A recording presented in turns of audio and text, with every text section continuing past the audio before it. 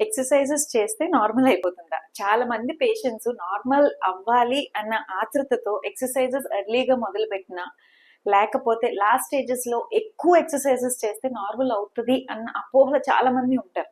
Exercise చేస్తే normal అయితే అందరికీ అయిపోయి ఉండేదిగా.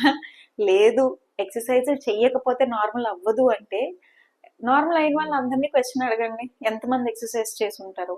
ఎక్సర్సైజెస్ అన్నవి ఎందుకు చెప్తాము ఆర్ సజెస్ట్ చేస్తాము అంటే, to build up your muscle strength. అంటే మీ ఈ బటర్ఫ్లై ఎక్సర్సైజెస్ కానీ, బాల్ ఎక్సర్సైజెస్ కానీ, whatever they are to strengthen your muscle strength. అప్పుడు మీరు ఆ నార్మల్ డెలివరీ టైంలోని నొప్పులు తట్టుకోవడానికి శక్తినిస్తుంది, అండ్ లాస్ట్ స్టేజెస్ లోని బేబీని పుష్ చేయడానికి మీ మజిల్ స్ట్రెంగ్త్ సరిపోతుంది.